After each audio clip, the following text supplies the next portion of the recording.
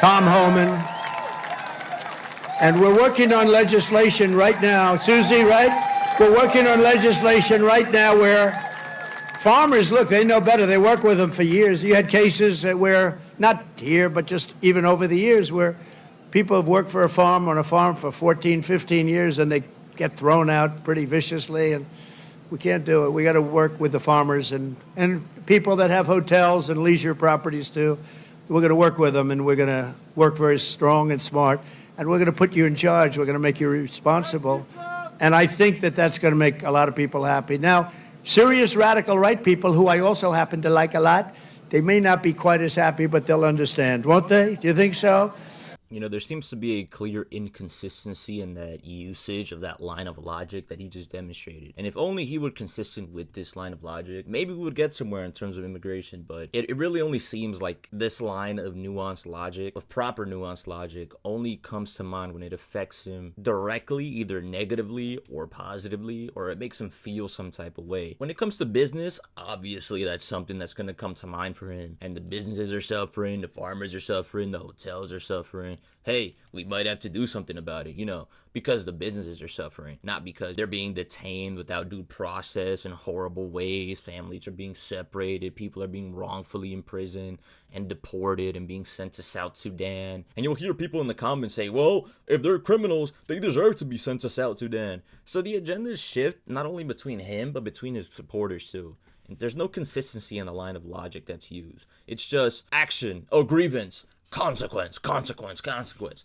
Action, I feel aggrieved. Consequence, consequence, consequence. But that doesn't follow the Constitution. It doesn't matter. They are illegals and they don't deserve any rights. It's the same rhetorics that the Nazis used. They paint and sensationalize a group of people and they blame them for every single economic and social problem we have in our country. And guess what? Because they're to blame, they're subhuman, and you guys shouldn't support them. And guess what? We don't support them. We back you, President. We back you, administration. We don't support them. It's a selective use of morality and a selective appeal to the Constitution. Only when it appeals to my Second Amendment rights, and only when it appeals to the freedom of speech that I care about. Oh, and if we're suppressing your freedom of speech, oh no, it's because you're spreading misinformation. That's why we don't care. My version of ethics and appeals to the Constitution supersedes yours. So until then, I'm okay with the president not abiding by judicial court laws, by judicial court orders, and abiding by the Supreme Court's orders and what the Supreme Court says. I'm okay with this concentration camp, Nazi-esque style of prisoning going on. I'm okay with all that. President, I believe in your agendas. I am loyal to you. I am a shill. Cry, liberals. No, we don't want bad for them, but look, we have a country to run, and we want to have them come in, and we want to have them help our farmers. You know, you probably saw I got myself into a little trouble because I said, I don't want to take people away from the farmers. And we're going to do something I think that's going to be good, because we want all the criminals out. Everybody agrees that we're finding the criminals, the murderers, the drug dealers. We're getting them the hell out of here. But the farmers, some of the farmers, many of you sitting right here, I have 4 friends right in the 5th row. But some of the farmers, you know, they've had people working for them for years. And we're going to do something. We're working with Christie, and we're going to do something that we're going to sort of put the farmers in charge. And if a farmer's been with one of these people that work so hard, they bend over all day. We don't have too many people can do that. You know, this is interesting because now we'll get to see if the radical right agendas on immigration shift with what Trump says, considering the people in his cabinet, Kristi Noem, J.D. Vance, Tom Homan, and their very radical, firm stances on illegal immigration and how it's no amnesty and everybody should face the repercussions that they seem fit. We'll see if the agendas shift with them, or if Trump shifts with the agendas, or if the people shift with Trump, or vice versa. It seems like Trump supporters are really turning his back on him with the mixture of this and the Epstein case. MAGA has died, or is in the middle of dying, after 5 months of his presidency. But they work very hard, and they know him very well. And some of the farmers are literally, you know, they cry when they see this happen.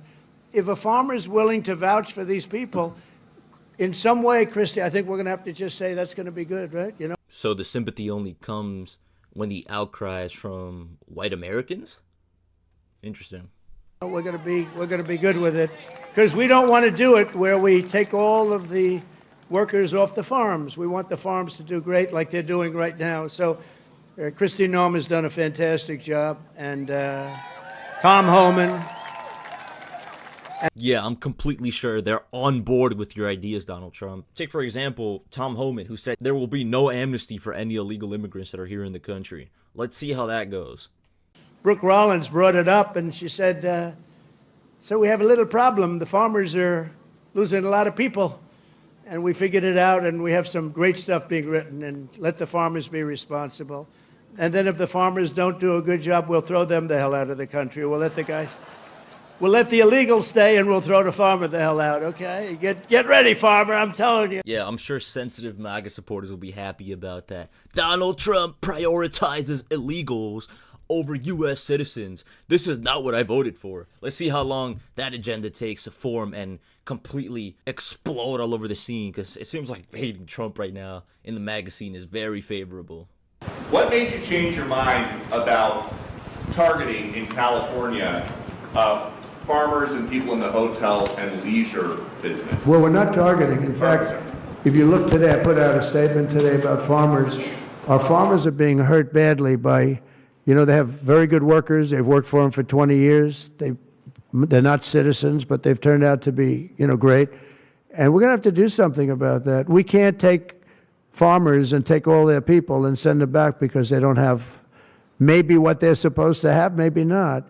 I admit it's very weird hearing Trump say this, but it's not the first time he's expressed a desire to grant illegal immigrants with some status if he thinks that there is some merit that they've provided to the country, where he said if an immigrant completes a college education, their bachelor's or associates, they should automatically get a green card at the end of the road. Which, you hear these things, and if you're on the opposing side, you're like, you know what, maybe there's some good policies there. But when you see the administration and their pretty firm stance on what illegal immigration has been so far, detaining people unlawfully, non-illegal, undocumented, non-documented people, fully documented people, anybody that's an immigrant who fits an agenda or a stereotype or whoever they want, without due process, it's very weird. So when you hear things like this, you can't ever really know if there's any truth behind it or not. And when you have people like Tom Homan, who he himself appointed, you're not going to get anywhere with those stances. And Kristi Noem, too. Now, Kristi Noem, I think she's somebody who's just a puppet. Whatever Trump says, she's going to do 100%. Tom Homan, I'm not sure. He seems more of a lunatic in his own case. But I know for a fact, MAGA supporters, Donald Trump, conservatives, all the nationalists who slowly over the years become more and more extreme, they're not going to be happy with this whatsoever. I've already seen the reactions of this. I'll post a screenshot from everybody's favorite right-wing, whatever labels you want to put on him. I don't even want to get to describing him. This is the screenshot he's talking about right here. And I've been seeing a lot of tweets like this from people on that type of the conservative affiliation. This guy is a bit separate. He's been anti-Trump from the start. But it seems like this anti-Trump stance is slowly getting more momentum from both people that listen to this influencer and from people who were firm on Trump and who voted for Trump and who were boasting about, this is what I voted for. And when it comes to ICE, this is what I voted for. So we'll see how it develops. And you know what's going to happen and what is happening? They get rid of some of the people because, you go into a farm and you look and people they've been there for 20, 25 years and they've worked great and the owner of the farm loves them and everything else. And then you're supposed to throw them out. And you know what happens? They end up hiring the people, the criminals that have come in, the murderers from prisons and everything else.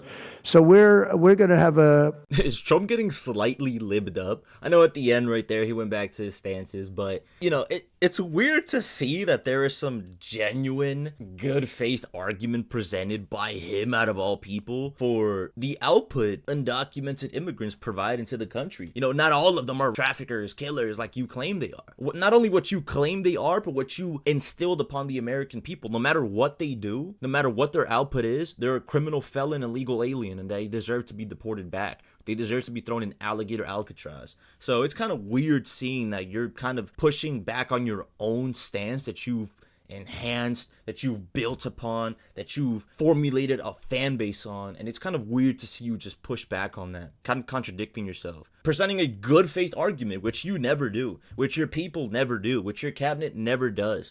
So, I don't know, it's very weird, but where does this inconsistency come from? Why doesn't he show this kind of linear thinking with this nuanced form of thinking when it comes to all undocumented immigrants? They pay taxes. A lot of them pay Social Security and they will never reap the rewards from it. They pay about what, $80 billion into the Social Security annually, and they will never receive any of that. Undocumented immigrants pay taxes. I don't know where this myth came from that they don't. They just steal and consume from entitlements. Even you see that there is positive output that they do, and they don't deserve to be thrown into alligator concentration camps. Now, if only you could apply that same line of thinking to, pretty much every other area where they perform well, instead of sensationalizing and exacerbating individual things to formulate an agenda against them overall, that'd be great. Will that happen? Probably not, considering who was in his cabinet too. We'll see how malleable they are to his stances